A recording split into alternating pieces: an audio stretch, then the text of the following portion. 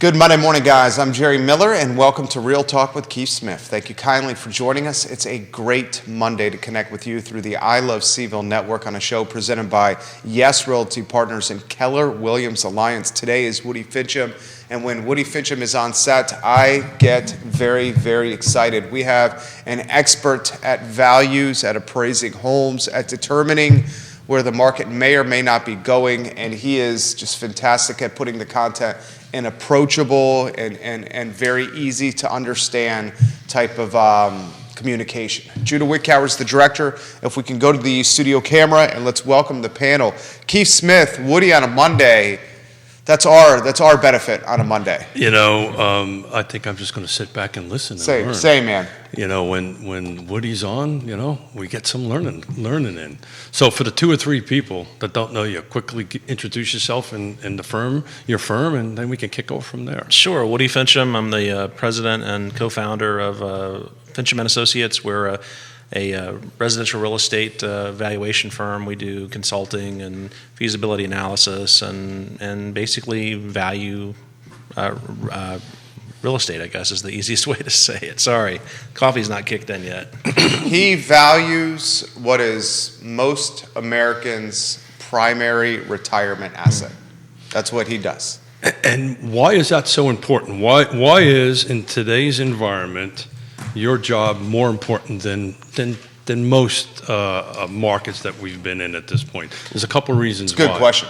Why? That's a big question. I think mainly because we are kind of like, I don't like to use the word gatekeeper, but we're the fulcrum upon which most real estate transactions kind of swing. And that we're looking at the real estate for mortgage transactions to make sure that it's vetted well, that the collateral that they're using for the loan is what it needs to be for the bank. We found out how very important appraisers were, about 13 years ago when the market decided to go belly up. And a lot of that, there were some things going on in the valuation market that caused some of that. So it's a very important profession. Sometimes I forget how big it is.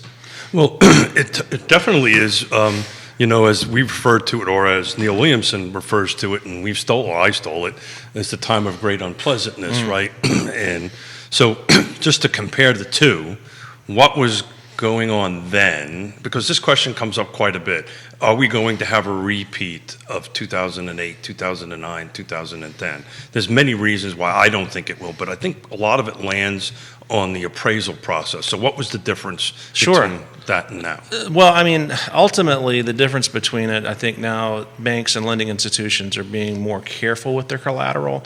They actually want it vetted. Back 13, 14 years ago, they were just, appraising for most lenders were just, hey, it's a box we got to check to facilitate a closing. Let's make it happen as quickly as we can, as cheaply as we can, and let's not hire qualified people. I mean, that was a big problem back then. But I think, that's not putting too fine of a pen into it, I guess. But the regulatory requirements changed quite a bit as part big time. Part big of time. That, correct. Yeah, I mean, there's most lending institutions that we work with now, I can't, as far as the transaction goes, I'm not allowed to speak with the loan officer. Anyone who's commissioned in it, except for the real estate agents, we're really not supposed to be talking to. There's nothing illegal about it, but that's the policy of a lot of lenders, because there was quite a bit of collusion going on back in that market 13, 14 years ago. And, I want to highlight this as we wind down the first sizzle reel and end the first one with what Woody says here. Keith set the stage perfectly. Another reason this is different from the time of great unpleasantness, 08, 09 housing crash, one word, equity. I mean, people are sitting on stacks of paper right now, which is breeding security, which is very different with what was happening back then. Your thoughts? Oh, for sure. I mean, the other big thing, too, is that, the markets 14 years ago were basically a lot of investors were acting like heroin addicts. It was uncontrolled gambling. They were taking a lot of mortgage-backed security paper, where they take the mortgages, they sell them on the secondary to investors, to Fannie Mae, to Freddie Mac, and they were putting together really badly graded paper and putting it in with really good paper, and it was toxic. Everything was toxic the way that they were doing. So a lot of it had to do with how they were investing in the stock market itself. It caused a lot of problems. So we're going to talk a little. Excuse me. We're going to talk a little bit later in the show about valuations quarter over quarter. But right. I want to go back to the ability to talk to my side of the table, Sure. the real estate agent, the realtor.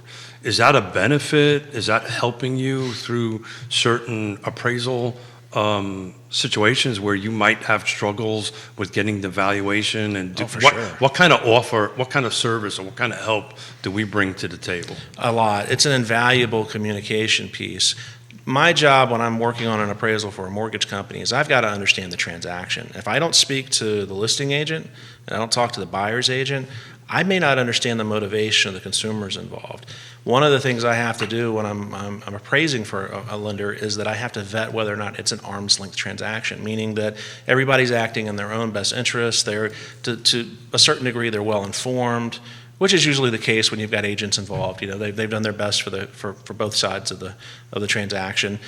And, you know, it's really important, you know, for me to understand, well, give me a history of the property. You know, that's why when I'm teaching classes for the Appraisal Institute, whenever I'm lecturing to my students, I'm like, when you're writing an appraisal report, you need to tell me the story of the property. So I want to know the transaction.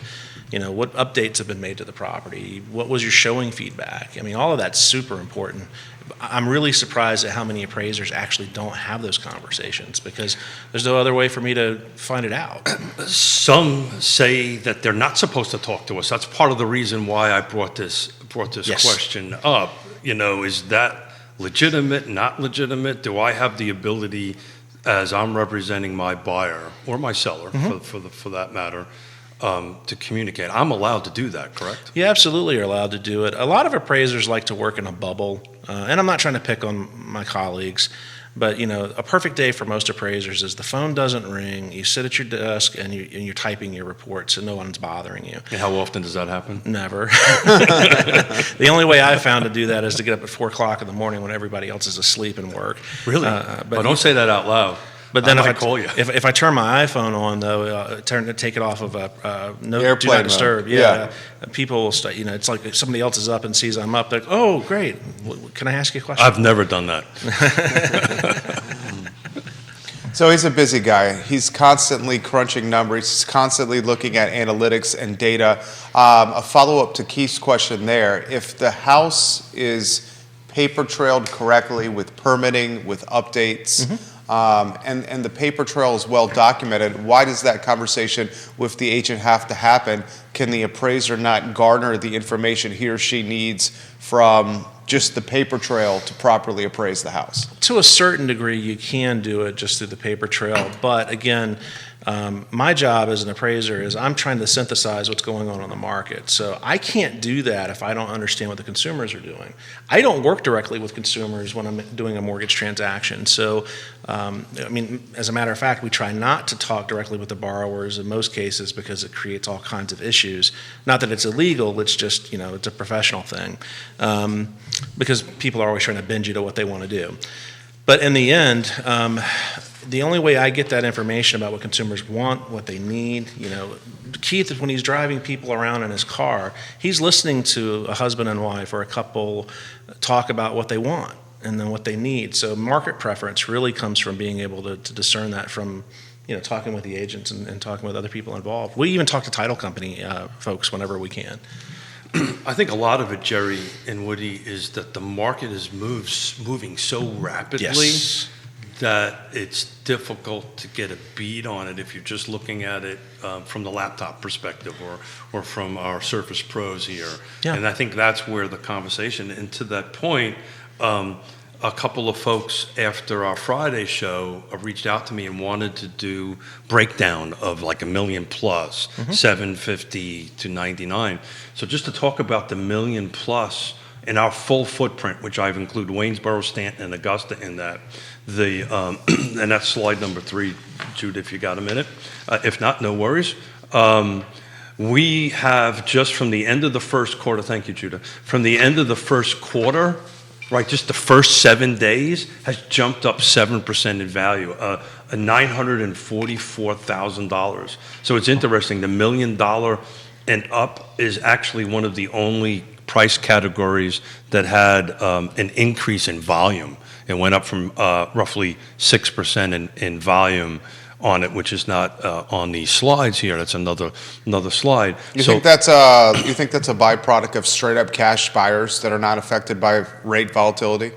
That's a in great, that category? that's a great question because I was just about ready to ask. I would imagine that category is straight cash money.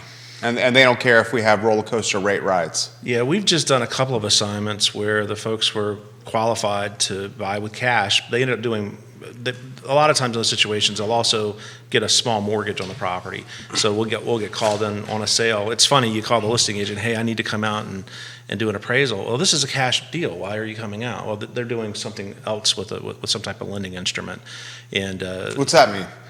well, like you can, a lot of times folks have a lot of money in their retirement account, so they'll access that to pay cash. So that way they're more competitive in the market. They don't have to worry about bidding because their mortgage limits them where they're at.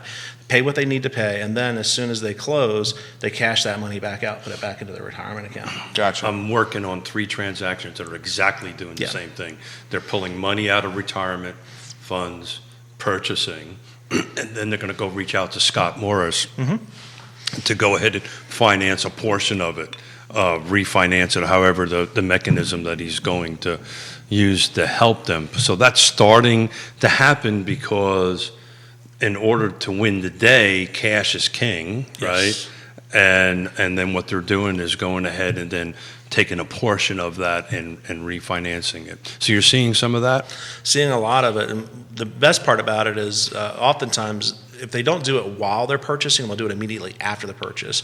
And so we end up with the best comp in the world we could ever have. It's the subject property itself. Yeah, which closed, days ago? Yeah, it's amazing how So you've seen a lot of that? more than we have ever seen it. But I mean, it's not, maybe 1 out of every 20, 25 transactions we're doing are that way. But we do a tremendous amount of volume over the course of a year. So I imagine, I don't know how many. I really don't know how to quantify it, Keith. Just more than we've ever seen. Can we go back to the chart on screen? Because this data is fantastic, Keith.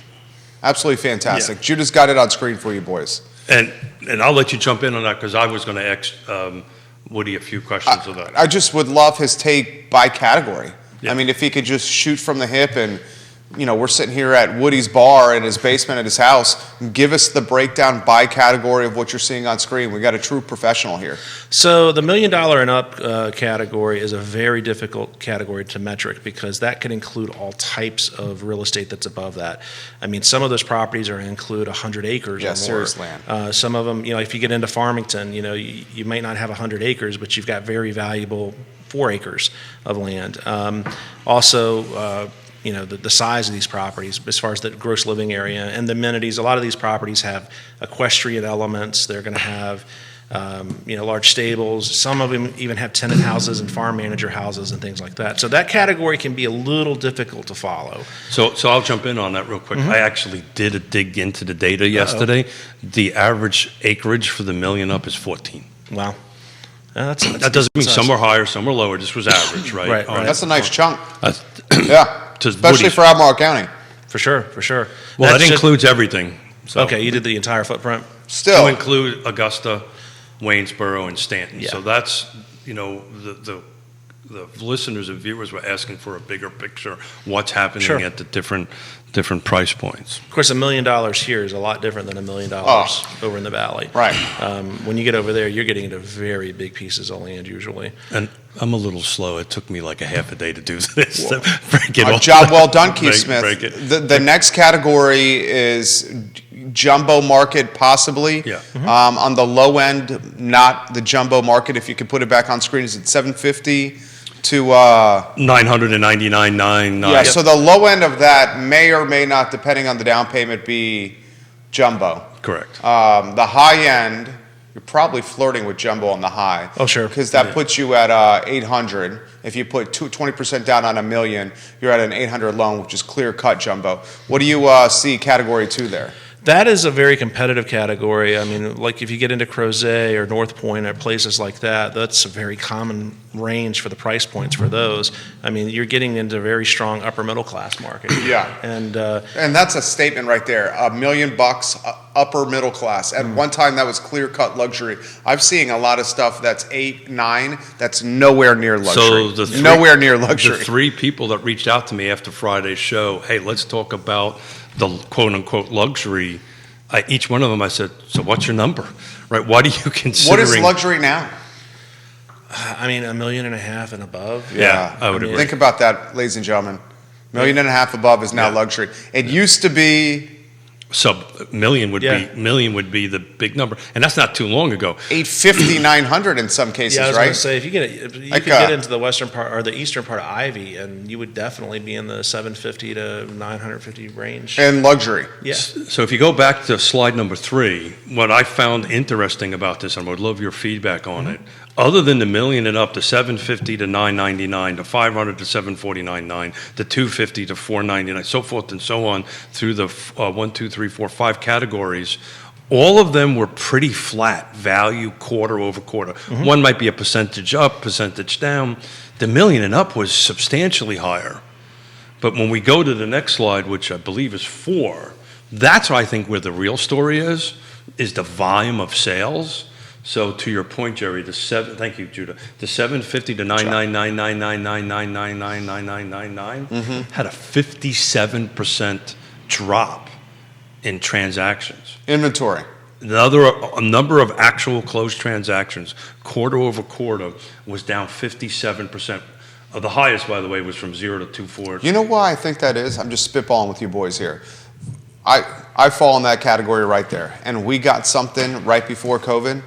And if folks got it right before COVID and locked that rate in, how can they potentially move? Because their trade up is now, as Woody just identified, $1.2 million, $1.3 million, $1.4 million, $1.5 million. And how do you get that plus math to the work? higher rate? Yeah. So they're like, why? I would hold. You would hold. I mean, do you guys disagree here? Because No, the folks that are trading up from that category are going into the million up category. So And I'm the only million going, up. I'm only ahead. going back to last year. But and that's the point I'm trying to make, is some of these more middle grade price ranges I think had greater appreciation, and this is what I wanted to ask Judy. Woody. Thank you. That's Judah. That's Judy, wow. Judy. So have you seen in the last 5 years the appreciation of million and up substantial? Which price category, in your opinion, had the largest jump in the last 5 years? Lower middle class to middle class probably had the largest Yeah. jump percentage-wise. In value. Yeah, I mean, just taking my home as an example, we bought a 4-bedroom, 2.5 in Lake Monticello in 17 for $230,000. The value of our property is over $400,000 now. Yeah, sure. I mean, that's an amazing amount of growth. And we're still getting people, I mean, I get occasional knocks on the doors from agents that can't find what they want. Someone wants a colonial, hey, we want to buy your home. It's like, no, I'm at less than 3% on my note. I've got a massive amount of equity in my property, and no, I just don't. Until a life change happens. Yeah. Well, his take on that phenomenon, because that's been covering well over the last 2 weeks. How do we uncover that? How do we get over the phenomenon of you sitting on significant equity, but it's significant equity at a rate that's sub 4, sub 3, sub 275, and you saying I'm not going to utilize the equity to trade up, which would add inventory. And I'm not talking to you specifically, Sure. I'm talking generally. How do we get over that? Time. I mean, people eventually are going to want to move. I mean, that's the American dream. We buy, and then a few years later we're going to move up, and I think that's not going to change unless we see a significant change in how houses are being bought. And like going back to my situation, my son moved to Chesterfield. I have 2 grandchildren there that I want to see way more than I'm getting to see right now. Amen. We won't move to anywhere close to them, but had they been a little closer, we probably would have sold and moved, just so we can be. But Chesterfield's just too far away from my base here in Charlottesville. But things like that occur in everyone's life. You want to move closer to work. You want to, eventually you just want a bigger home, because as the old George Carlin joke, we need bigger houses because we got too much stuff. As We acquire got things, stuff, we don't need we? a bigger home. Woody Fincham with the Carlin joke. Judah even got a chuckle out of that one right there. That's the first reference of George Carlin in the I Love CVille Network history. That was amazing. Don't go there, because I think Woody and I could do some George Carlin riffs on. I thought it was fantastic. Yeah, when you're 9 years old and you get into your father's AM/FM album for George Carlin, which I got my hide tanned over that one. But Woody Fincham, not only a value expert, but some would say a heavy metal aficionado as well. Woody Fincham. I think that's fair to say. I was thinking about Woody on a bike ride the other day. I think that's absolutely fair. So what do you say to the folks that are going to see the CAR report? And Keith's gotten ahead of this. I'm sure you've heard it on his show. CAR report coming out where potential values have dropped year over year. Well, when Keith put his numbers out last week, over the weekend, I'm thinking, I'm going to prove him wrong. Oh. But I can't. Okay. Because the one thing, once you get below the $1 million mark, when you're trending data, it's often better to use a point of comparison, such as price per square foot, something of that. And I hate price per square foot when you're valuing. Oh, yeah. Oftentimes agents will misuse it and consumers misuse it because they don't understand how it works. But when we're trending data, we will use price per square foot. We use median price per square foot usually. And I couldn't disprove what he was showing just in his absolute sales price numbers. And I wanted you to. We're showing a slower decline, Yeah. like 0.03% per month is what we're showing overall in Albemarle. But it's only in certain jurisdictions, right? Right. So, Jude, if you can go to slide number 1 with that $400,000 green line that I have set up, all the other jurisdictions, with the exception of Buckingham, are either flat or just a little bit above. It's Charlottesville and Albemarle that kind of took a bit of a dip. But if you take a look at what happened in the last 7 days, it is completely reversed. We are now higher than we were by the end of the first quarter. Any read on why you think that was happening during that first quarter? Well, with statistics, when you're trending, the one thing that will affect it is frequency of occurrence, right? So, and what I mean by that is how often is something actually selling. We went through a lull when August hit and the rates went into the 6% range. Buying power just evaporated for a lot of folks, or diminished what they could buy by quite a bit. So a lot of people were just like, I'm going to sit on the fence. We're not going to do anything. So what happened? We slowed down in frequency of sales. If you're trending with a trend line, what's going to happen is that's going to actually pull that trend line down because you don't have as many occurrences of the data as you had previously. Sorry to get all No, this is mathy. fantastic. Please keep going. I love this stuff. And we will often use a polynomial line where we'll do 4 movements in it, and what that means is that the line actually moves kind of as the bars progress. And the few that I ran over the weekend for Albemarle shows that it's just starting to turn and tick back up because frequency is increasing. I would agree. So I think over the next month we really are going to see what the market's going to do. I have no reason to think we're not going to have a positive market Overall. And that's At close of business 2023. I think so. Yeah, I'm Positive market values. Obviously not units sold. No. I mean, Value, total dollar. people that were going to make a move have done it. So, I mean, now we're getting back to a more normal market where people are moving because they need to move. They're not doing it just because they want to move up. Well said. Very well said. You agree with that? I totally agree with that. And I think, and that's the reason on Monday's show I was a little hesitant to talk about this, but I think we needed to do that. We needed to get this information out there and evidenced by the few texts that I By received. the responses, yeah. On that end of it. But and the reason I wanted you here today, or asked you to be here today, I should say, is I wanted to see your read on it. Is this just a blip where I'm reading it? And it's kind of a hangover a little bit from the interest rates going up, the holiday season. Sure. And I can tell you right now what I'm seeing in Charlottesville and Albemarle. I'm going to go do a home inspection this afternoon in and around by the airport. Cash buyer, multiple offers. We were fortunate enough to win it, and that all happened in the last 7 days on it. So I think you're right. I think at the end of the year, I'm still sticking with this 3 to 6% year over year as a minimum. Some of it I think might be a little bit higher. But the thing that's scaring me as a practitioner is the units are dropping, number of sales. And we've talked about this, Jerry and I talked about this months and months ago when the 3% was happening. And I think that is going to be more detrimental to the market long term than, I'm talking about the ability for folks to buy or wanting to sell. I mean, am I off base or you? I mean, He's basically saying if you have a 3% interest on a 30-year fixed mortgage and you secured this during COVID, before COVID, whenever, why would you sell your house? And why would you, activity breeds activity, put your house in the rotation to create other houses coming in the rotation? That's what he's asking, Woody. Yeah, I mean, I'm glad to see that it's slowing some because it means we're moving back to pragmatic consumers. I mean, this fervor we've had the last couple of years. I mean, there were some general conversations when I would talk to other appraisers across the country. I've got a big network of colleagues that I talk with, and some of them were actually to the point: are all these transactions actually arm's length transactions? Because the people are buying out of the fervor of bidding. They're getting competitive. Do they really need to do what they're doing? But in the end, I think it's a good thing for the economy overall that we're slowing down. It's not good for our colleagues that need to close loans to make a living, but Devil's advocate on that comment. Folks are still making purchases, and Creighton Cross is watching. He says you're an absolute legend.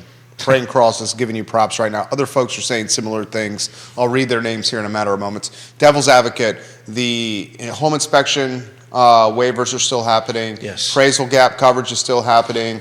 I still see psychotic, different phrase, I shouldn't say that. I should say rash decision-making based on a competitive landscape is happening still. Mm-hmm. Is that fair? I think that's fair. It is.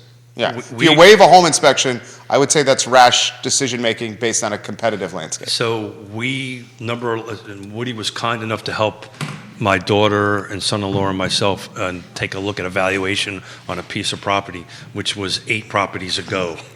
Right. We made offer on. So we made an offer. You're offer 12? This is 11 on the table. Okay, 11, gotcha. And I think we've got a really good chance of getting it because we waived home inspection. And what year is that house? No, seriously. Yeah, double my age. Okay. It's 100 years old. And you're waiving the home inspection. I mean, that puts a lot of pressure on the realtor who's a father who has a Class A contractor's license. You have a boatload of responsibility on your shoulders right now. Exactly, and I do. But boatload. But that responsibility is there regardless if it's my daughter or not. Right? Yeah, but now with that third-party inspection. Well, but this is part of the conversation. And I spent an hour, which, by the way, I've got other clients that are wanting to waive home inspections. And we have this long conversation of saying, okay, this is the upside, this is the downside, right? The upside is, the moment, it puts us in a better position to win. The downside is we don't know what we don't know. The worst part of that Richmond the one that we're on, they're only giving you 30 minutes in a house. Mm. That's it. That's all you get is 30 minutes. That's bananas, man. And 30 minutes after the show on Friday, in the rain, looking at a house. And then you put an offer on it. And then trying to mentor and coach the buyer through the decision process is a ton. Thank you. You know what? I just do it, but I never really. Tremendous responsibility. I just do it. I never really thought about it until you just. Well, on top of that, for the viewers and listeners watching, this is his daughter, who has a 2-month-old baby that is moving. 3 months on the 7th. Who's moving across the country to a new market for a new job that her husband's taking, and this is their first house they've ever purchased in their entire life. I'm trying to go back a little bit as Jerry is talking to the NAR year over year reasons for folks to move, and I'm trying to find it out of 170 pages here.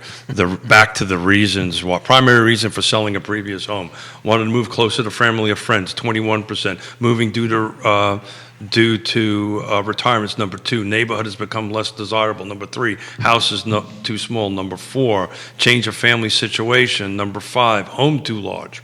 That doesn't make sense. One's too big, one's too small. It's kind of like too hot, too cold. Job relocation. Don't know if I'd like that. I'm reading this for the first time, by the way. Upkeep a home is too difficult. Cannot afford mortgage or other expenses. That doesn't make sense.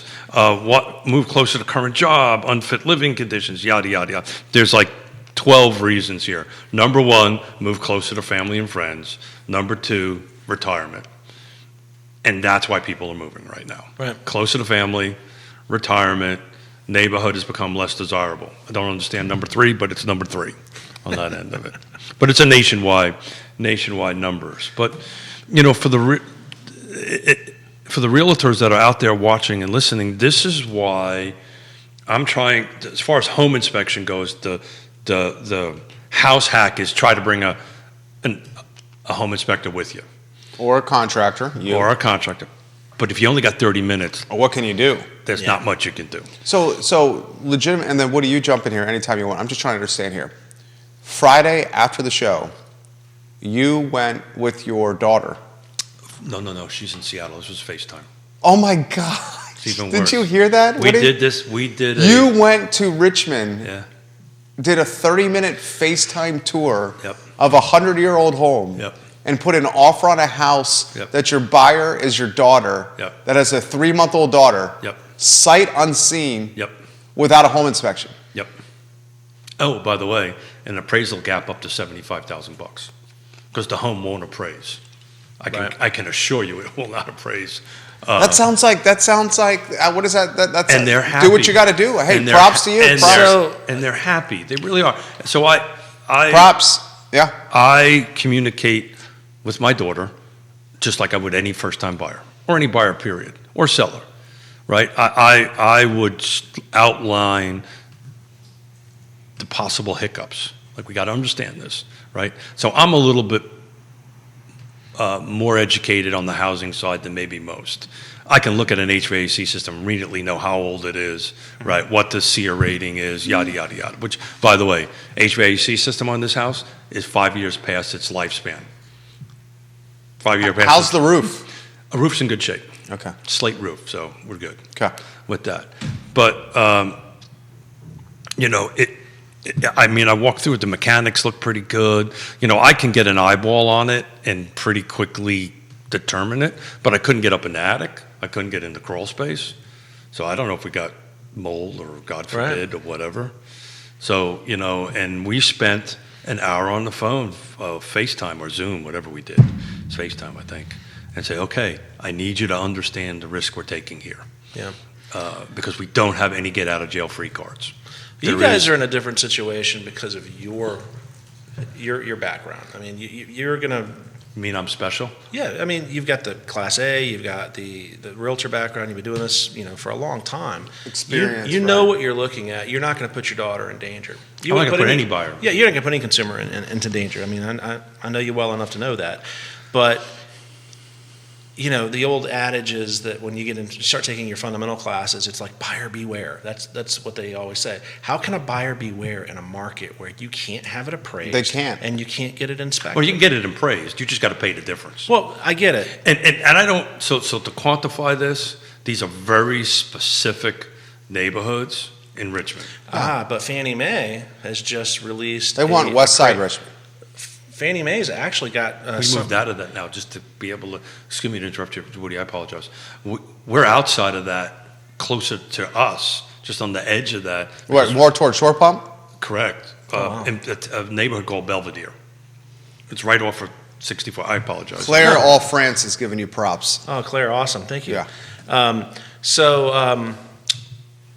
Fannie Mae has just announced their value acceptance program, and what that is appraisal waivers. If you're well qualified, you got a decent amount of down payment you're putting into it, they're like, hey, guess what, consumer? You don't need an appraisal. Talk We don't about care. that for a second. What is that number? Do we know? Is it by neighborhood? or- No, it's honestly, it's a very small percentage of people, but if this program's successful, they're going to roll it into more risky waters. I've got a real problem with a GSC, a government-sponsored entity that is in conservatorship right now, making these reckless There's a whole show problems. Yeah, I mean, we're talking about leading ourselves into a situation. Does that sound a little familiar? Oh yeah. Let's not do. So our the diligence. government's going to potentially do what the private sector did in 2008, 2009, 2010. Is that what I'm hearing? Yeah, I mean, and when they're in the cases where they want a property inspection, they're going to hire an Uber driver with no background to go out and take pictures of a property they may or may not be well trained to do. No way. I kid you not. That's just scary. Yeah. So to make that even worse, to go back to that, they're burning all the cash that they've saved. Well, they're in an appreciating market right now, and we're not on the ledge the way we were 14 years ago as an economy. So I did for this is what I would do for any buyer. You're saying because of the down payment, they're burning all the cash that they have saved. Well, if the appraisal gap gets exercised. How many offers do we know? And you have the permit. Let me put it this way. When I showed up, there was somebody still in the house. So I walked on the outside of the house. 5 minutes before my time was up, somebody was knocking on the door to come in. So there will be multiple offers on this particular home, and that rubber band in Richmond market is growing. Here, we talked about on Friday, I think the Buckingham, I don't even want to use this, but it's coming to my mind. I think the Buckingham bubbles kind of popped a little bit. I think that valuation is plummeting. I think those who went out to Buckingham last year or the year before, they're underwater. They're gonna have to stay in the game. They're underwater way longer than anybody else.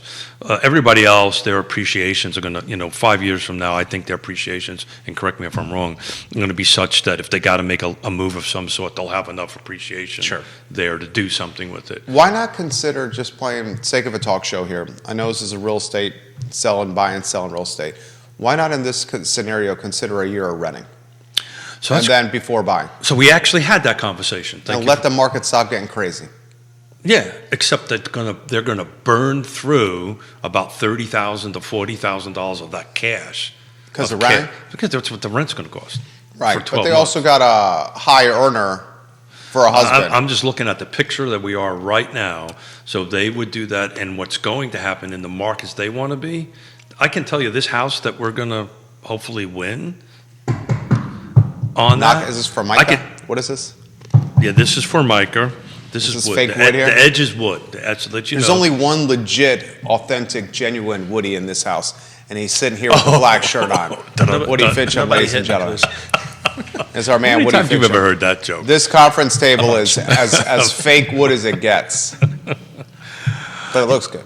Here's your and jump in and correct me if I'm wrong. Sure. It's not that market. It's Fulvana. It's green, right? You're chasing an ever increasing valuation, right? So you got to get in and start being part of the game. So if you're paying rent, and this is the conversation we had, okay, you're going to burn through your money. What you can afford today, like the price point that you're looking at today, is going to be higher a year from now. You've just burned your cash, so why don't you let your cash work for you now and get in the home? And this particular buyer made that decision. 2 or 3 other buyers that I'm working on are making the same decision. They're going to stay in the game. What do you think, Woody? I mean, Keith's not saying anything wrong. I'm a little more pragmatic in the way I look at, like, if I was in that situation, I may want to rent for a little while. But the other caveat to that is rent's not going down. No. So, we have a shortage of rental units on the market here locally, and, We talked about this on last week's show. Lori Fincham, one of the fantastic partners of Fincham and Associates, watching the program as we speak. She says on top of the economical changes, you're seeing typical seasonal changes. People don't want to move their kids during school year. It'll peak again just before summer. Legit comment right there from one of the associates at Fincham and Associates. We talked about a Pantops 1-bedroom, brand new, Centera behind the hospital.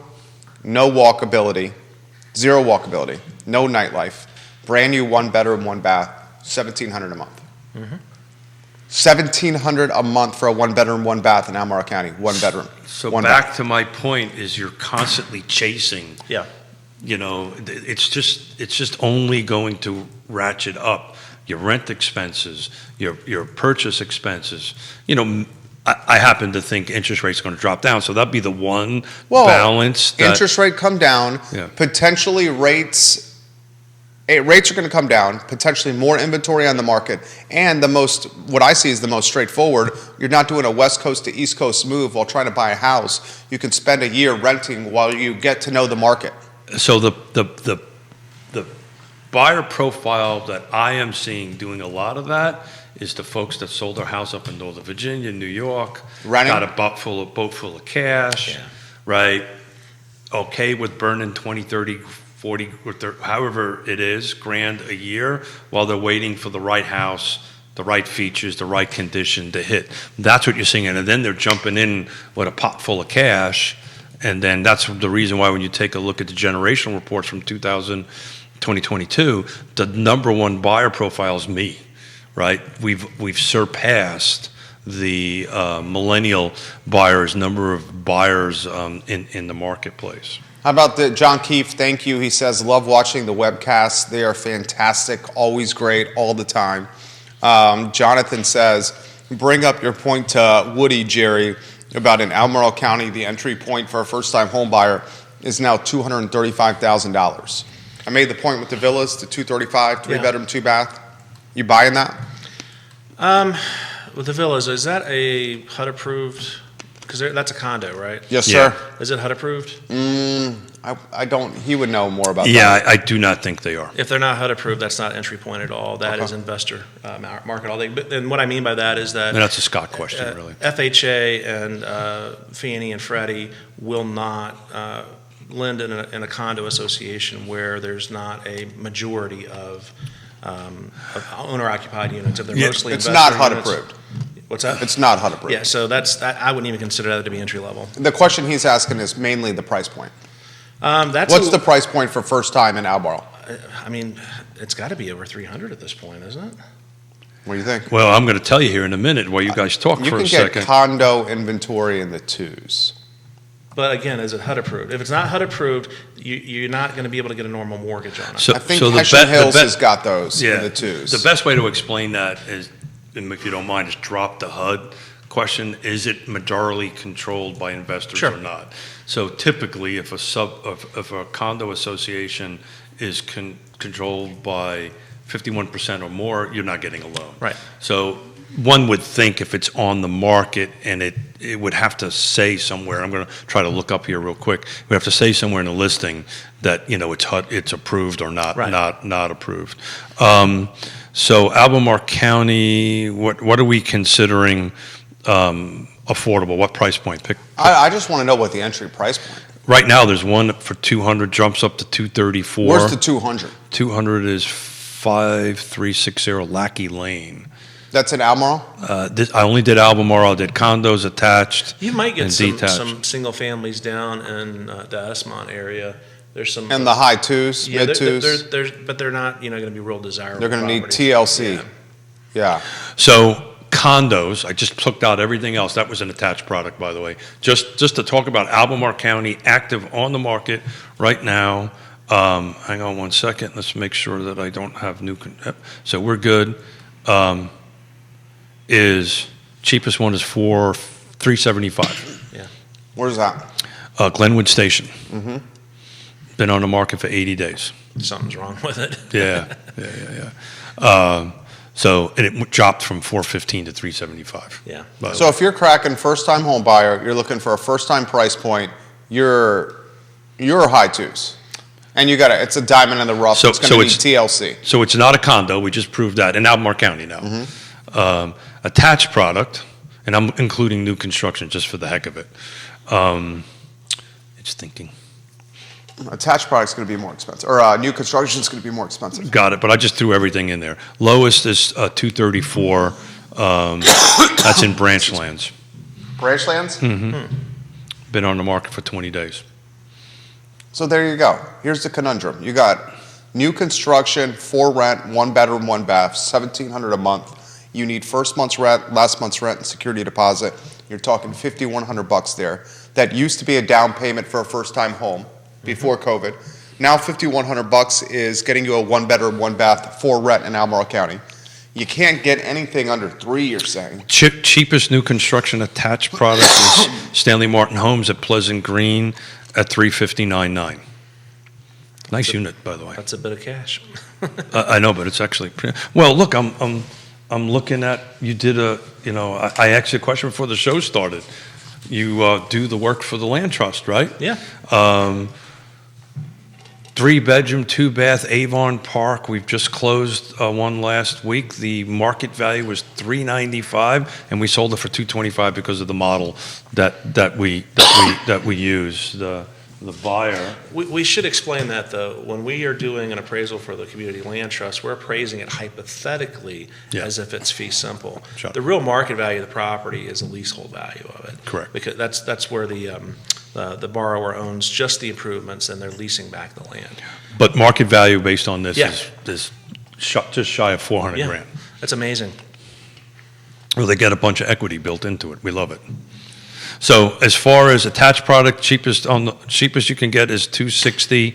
Anybody want to take a look at detached? Tell me. Let's see. It's thinking. There's a lot on the market. There's 122 in Albemarle County. That's a big number. There's one for 190.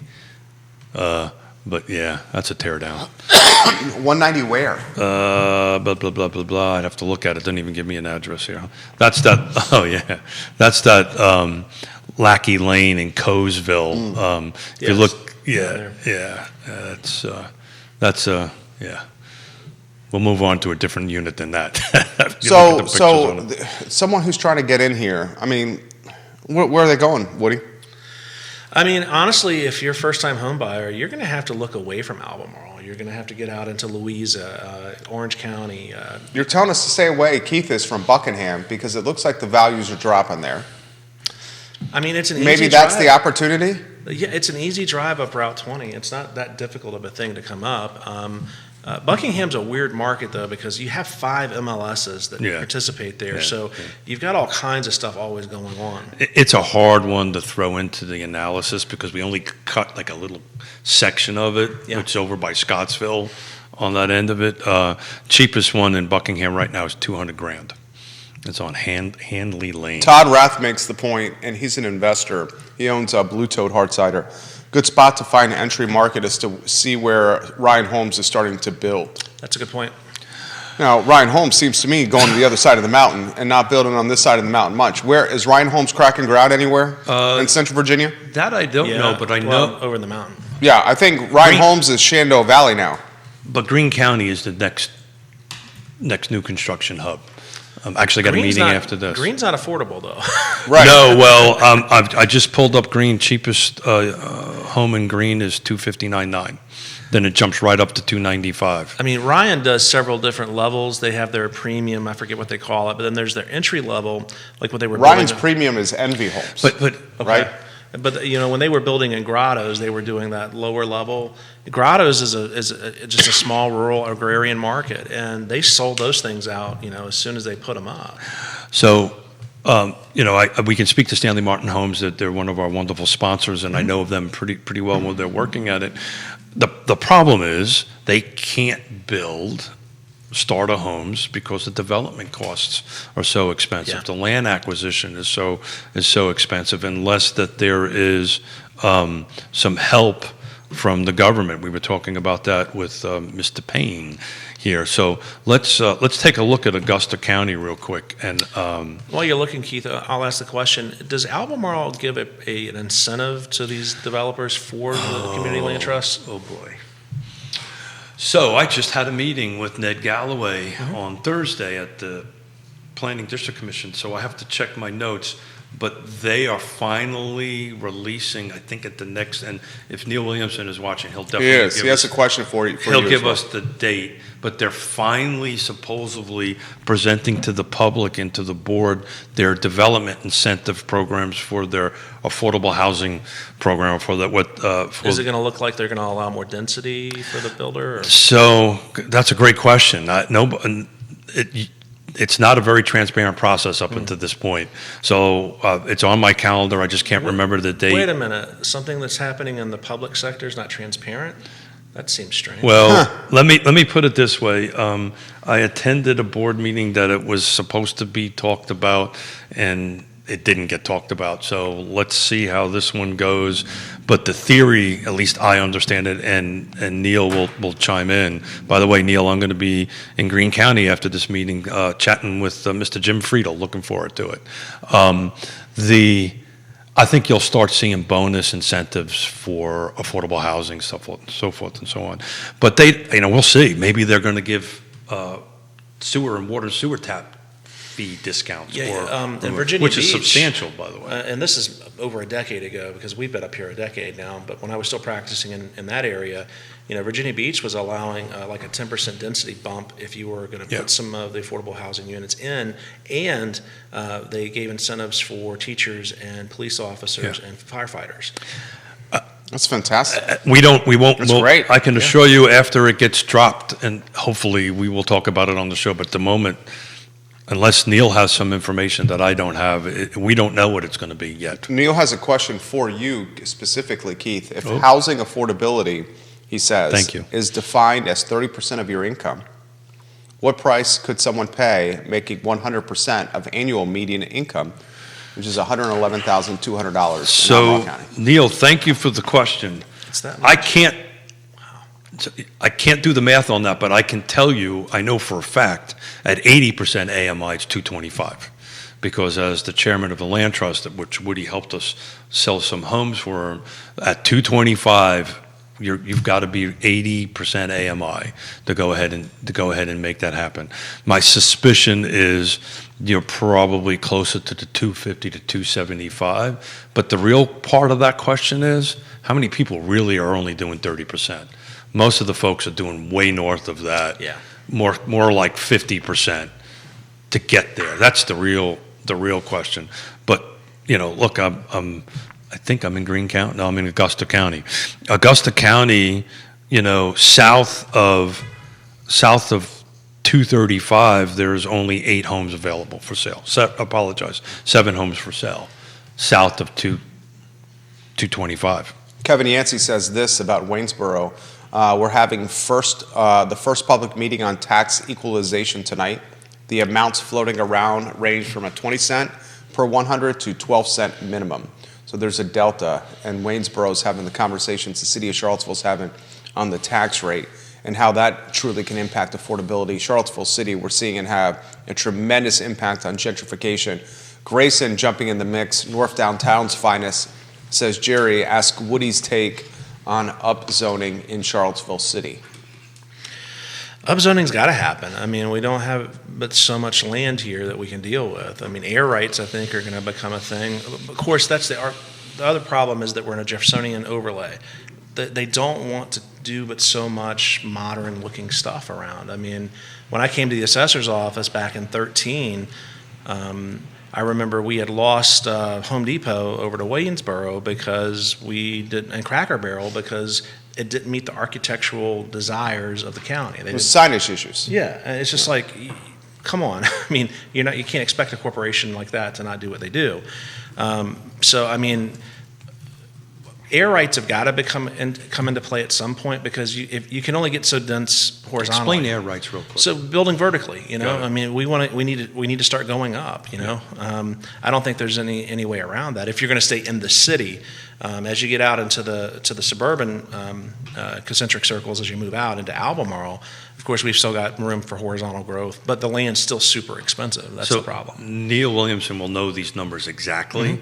Mm-hmm. So I'm just recalling the FLUM and all the ordinances that are written, the modules 1 and 2 that have been released. Majority of what is happening in this zoning rewrite is more in the single family detached, the low rise, taking a majority of the land that is zoned R1S or R1 residential, and you can put maybe 3 or 4 units on there. They're not allowed to go too high on that. So the corridors that are allowed to do that is pretty minimal on it. So I don't think you're going to see my personal opinion, I don't think you're going to see a huge impact on that. It'll impact those areas for sure, but I just don't think you're going to take 50,000 rooftop or person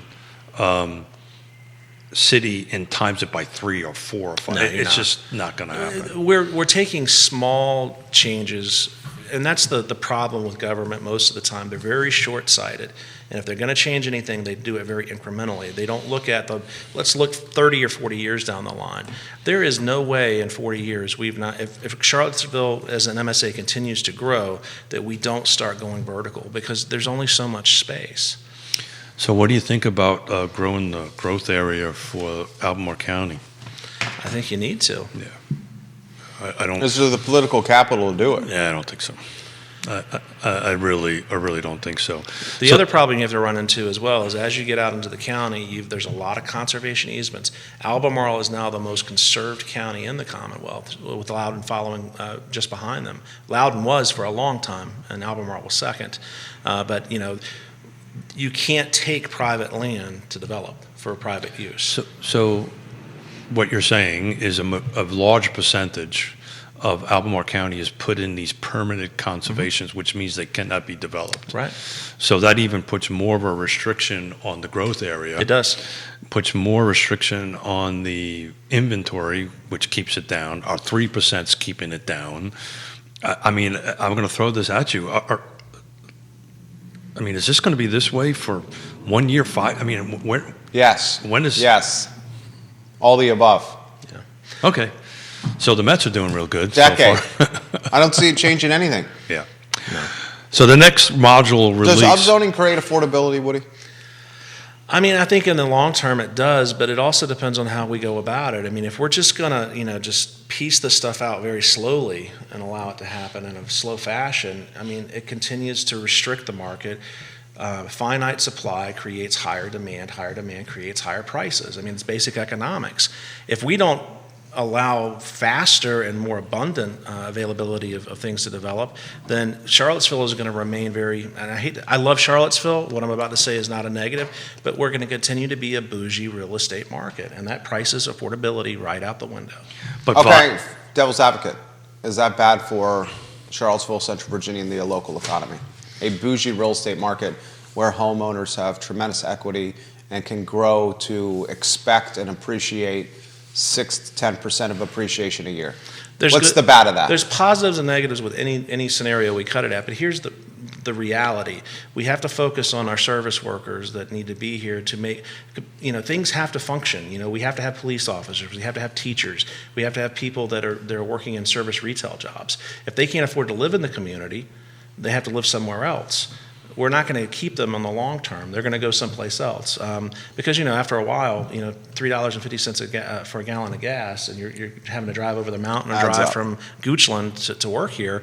That hits an affordable household's pocketbook a lot harder than it does anyone else's. And I think from a service perspective, because these particular service folks that take care of us are going to probably start looking to different areas, and or what happens, which we've been saying, is the service industry, and you had to choose your words carefully here. The service industry, which is oversaturated right now with restaurants, gets less restaurants, and because it gets less restaurants, because they can't staff it, and the price points at the restaurants that survive are going to be more expensive because they have to accommodate the more expensive labor that's struggling to afford to live here. And the term you used was what? Bougie? Yeah. Bougie? Yeah. Those particular bougie buyers, did I say that right? It's going to start, their patience are going to start getting thin when they can't get into their restaurants. And then that's going to... Well, then what happens then? The area just expands, but we already said it can't expand. It doesn't. And this pressure just keeps on, it becomes this pressure cooker and just keeps on doing it. Just to put it into perspective, quarter over quarter, right? So this last quarter in 23 versus 22, 0. This is all the area that we're including include the other side of the mountain. Single family detached includes new construction, by the way. 0 to 249,999. The valuation was flat. Actually, the median was 200 for both quarters. The freaking inventory dropped 84%. So the number of units that sold was 84%. Went from 124 in this quarter versus 228 in last quarter. That's 104 less units was sold. So, and this includes Stanton or Staunton, Waynesboro, Augusta. I do not have Buckingham in this. Louisa, Nelson, Greene, Flavanna, this whole big circumference of area, were flat on valuation, but down by 84%. So even in that ring, which includes the other side of the mountain, where are you going to buy? And we're just looking at it. There's nothing there. And I know we're doing Captain Obvious, which I'm wearing the socks, by the way. Oh, I'm wearing the very nice. He literally has Captain Obvious socks on. On it. That's why this CVille plans together I think is so important. The missing middle is so important that we can start upticking what we can within this footprint instead of growing the footprint. Miles Hamrick giving Fincham some props over here. Brother Miles. Welcome to the program. Thank you kindly for watching. The follow-up is from Spencer saying, Jerry, bring up the point that you make often with Woody about HOA neighborhoods in the city and how they could increase in value as they are protected from upzoning. Well, I mean, those are your covenants and restrictions that are in the HOA. I'll get out of the city for a minute and just go back to Lake Monticello. I know that market really well because I live there. You can only do what those HOA rules will allow you to do. I mean, so there's not going to be any change in that unless the board overwhelmingly votes to change things. And that's difficult. My experience in 25 years of doing this is HOA boards very rarely change anything. Yeah. Other than raise the dues. Well, yeah. They're very agreeable to that. So it's interesting, Jerry, you should bring that up. At our Easter dinner meeting last night, James Watson, who's my brother-in-law, who's also Love you, James Watson. A planner by trade, we were having this very conversation about HOAs in Lockland Hill. Oh, James is watching. So half of Lockland Hill is in Albemarle, and the other half is in the city of Charlottesville. And I believe, well, I'll leave it alone, but we were having a discussion about the half that is in the city of Charlottesville. Do you know what other, this is a trivia question. In fact, we should save this for the I Love CVille show. James Watson, you cannot answer on the I Love CVille show. Name 2 neighborhoods in the city of Charlottesville who has half the neighborhood also in Albemarle County. Gosh, I should know this. Yeah, Lockland Hill is one. Yeah, that I know for sure. I'm trying to think of the other one.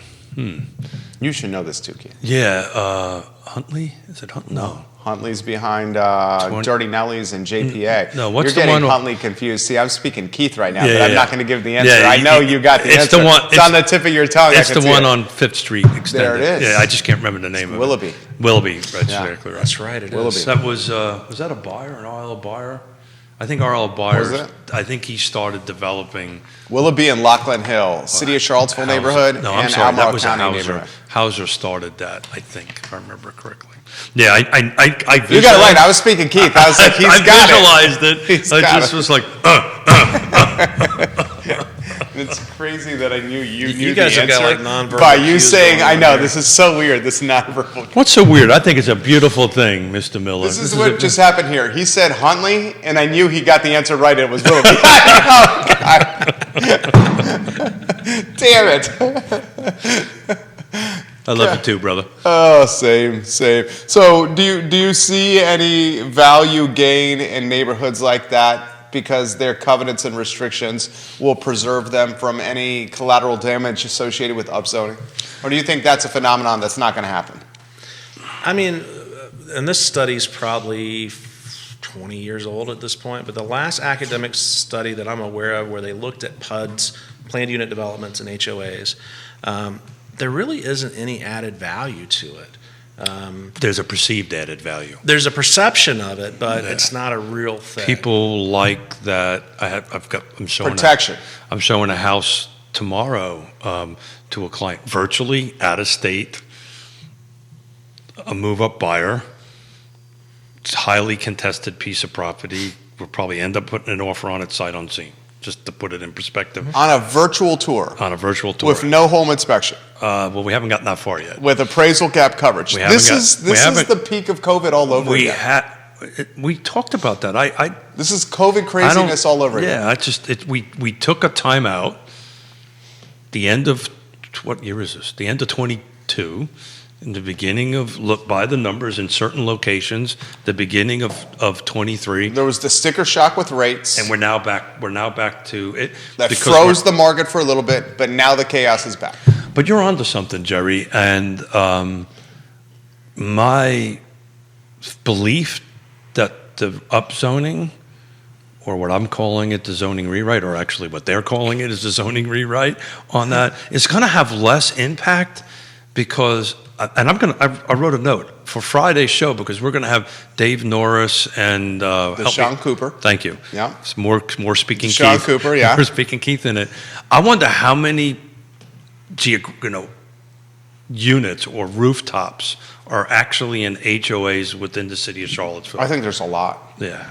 And that's I think actually, I used to know this. I think there's 10 neighborhoods in the city of Charlottesville that are HOA. so if that's the case, those are specifically excluded from whatever change is going to be, because That's what I'm saying. to Woody's point, the covenants and restrictions that are attached to those land override. Supersede.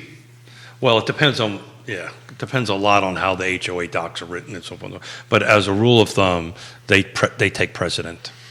Yeah, and I wanted to go back to the intrinsic value of what an HOA is and is not. Keith, I'm sure you'll support this.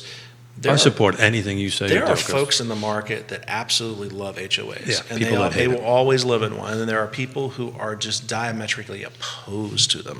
It's anti-American as far as they're concerned. So it's interesting that this client I'm going to see tomorrow, Mm-hmm. that was, I've been doing this long enough. I don't write questions out. I just start asking questions as we're having conversations. And one of my front-loaded questions was, okay, so this is what we're looking for, yada, yada, yada. So how do you feel about HOAs? Oh, we don't care. We're great. Sometimes that conversation is I have no interest in it. And the reason I want to ask that, and these folks did not want to be in the city. They wanted a little bit more land, so we're outside of the Well, city. I mean, of if someone's vehemently opposed to an HOA, that starts limiting some inventory. That's What they exactly can choose, Yeah. especially in Almo. that's exactly why that conversation happens. I mean, like, where are you going if you want a nice price point and you don't want an HOA in Almo? That's exactly why I asked the question. You're It going- limits my search for Some them. of those neighborhoods Ivy extended, right? Mm-hmm. You got some non-HOA neighborhoods that are nice price points, Ivy extended. Where else are you going? So one of the great things about Zoom is you can do these meetings with people that are not sitting across the table. So I did it live. I said, okay, guys, this is what you want. I put in the criteria of what they wanted, and let's click no HOA and see what that looks like. And what they have And it went down to like single digit of units available. of the units available that fit their criteria that they wanted. Clicked on HOA, and it was substantially more. I can't remember the exact numbers. And they said, okay, great, then we'll find. Yeah, they didn't care. Their opposition to HOAs went away real fast. Of course. Went away real fast. Well, that's good intel. That's good research you do there. Yep. Well, doing the show makes me a little bit better. A SWOT analysis almost. There you go. This is exactly what it is. That was a SWOT analysis. Business school all over again. Yeah. All right, Real Talk with Keith Smith is getting technical today. Strength, weaknesses, threats, and opportunities. There you go. Opportunities, threats. I got it. Out of order, but you got it. My dyslexia kicked in. My dyslexia We knew what kicked you in. meant. More Keith. Look at that. We knew what you meant. Look at it. Even on this. That's why people watch the show. What was the comment the other day? Oh, yeah, They yeah, come yeah. for the real estate, but they stay for the banter. What was the word that was used by the viewer listener? Keith making a fool out of himself.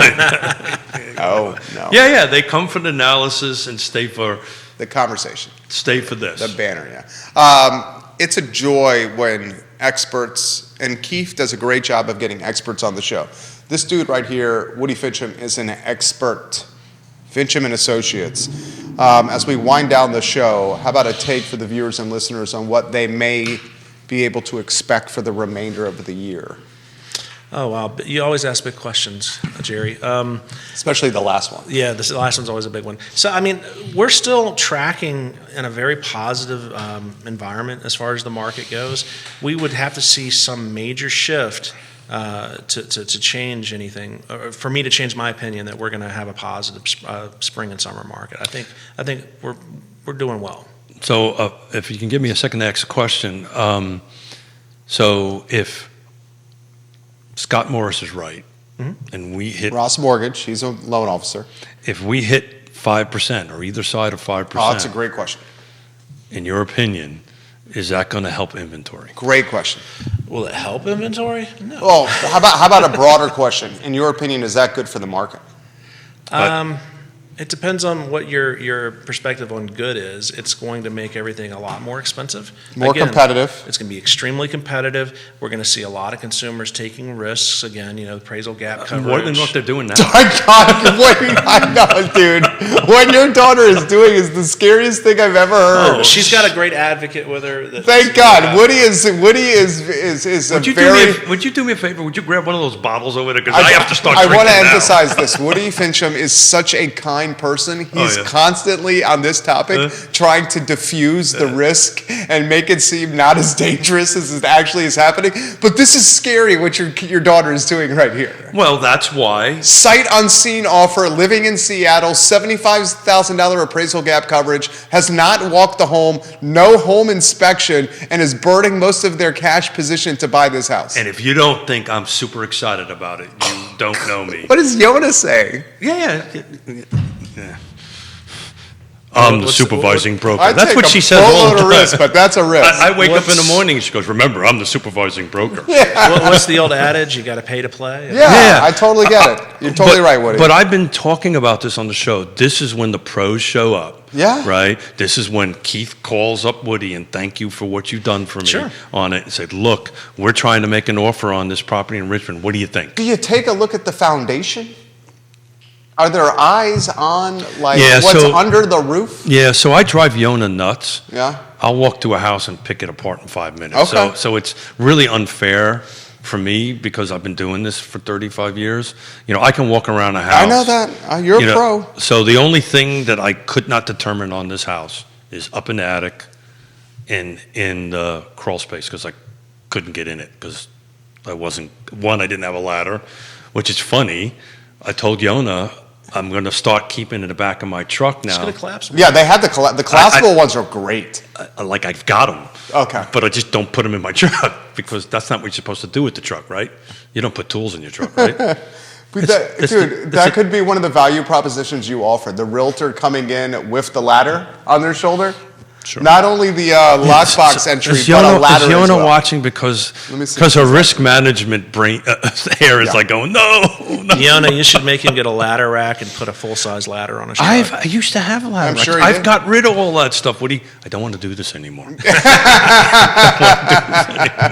Now he wears a No, I'm talking button-down about the shirt. show. I don't want to do this. He wears a button-down shirt and a sports coat to work, not a tool belt and flannel anymore. Yeah, Yonna, what she wanted me to do the other day, she wanted me to fix something in the house. And I went, yeah. I said, aren't you a builder? I went, yeah, but He fixed the door to the studio. I only and he play goes, one on Promise television." You'll never tell Yonna that I fixed the door to the studio. she knows. I know she knows. She knows. Oh, that's so funny. Woody, how can we find out more information on your business? You can take a Google Woody Appraiser. We pop up. I think I'm the only one in the country with those two distinctions. And woodyfincham.com is our website. And also I have a blog at Valuation Nation on WordPress. So please check into that if you'd like to. Or go to Real Talk with Keith Smith, pull down the partner tab, and there's a little thing you can click on it and get directly to Woody. And before we wrap up, you're still offering services for, like, if I want to have you come look at something before we put a contract in. Absolutely, on it. as long as it's at the desktop, because I know you guys have got to fly. We this past week actually just were hired by a consumer who was unhappy with an appraisal report, which I have to say was horribly written.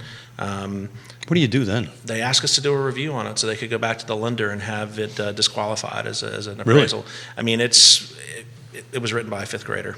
Does it Wow. can you do that? Does that have legs? Is that a possibility? It depends on the underwriter. And, you know, if this Who is reached out to you, the underwriter or the client? consumer. Oh, The buyer. The The buyer. The buyer. borrower was upset with it because it was a very complex piece of land. They hired someone from further outside of the market that didn't. Every comp in the report had a different zoning. Oof. It was So a mess. that's the downside. You know, the worst when we were pre-2008. You know, it was insane, and it went from one extreme to another, right? And that's because we've got personal experience with my son-in-law and my daughter up in Connecticut. There was $100,000 delta between the first appraiser and then the second appraiser. Same home, within 2 weeks of each other. Yeah, and the reality, there's three things going on. One doesn't know what they're doing. Two, the other one doesn't know what they're doing. Or three, neither one of them knows. So why are you looking at me with saying nobody's doing? Woody Fincham. I'm going to steal that. I'm gonna look at Jerry. Oh, that's I was kind of hoping to end on a high note. Judah Wigkower, props to him. Show thank you. archived at realtalkwithkeithsmith.com. It's a pleasure to do these programs. The I Love CVille show is up in approximately 56 minutes. So long, friends. Well done, boys. You'll tell us Thank when you, the Woody. mics are off. Woody, you're a pro. That was fun. Yep.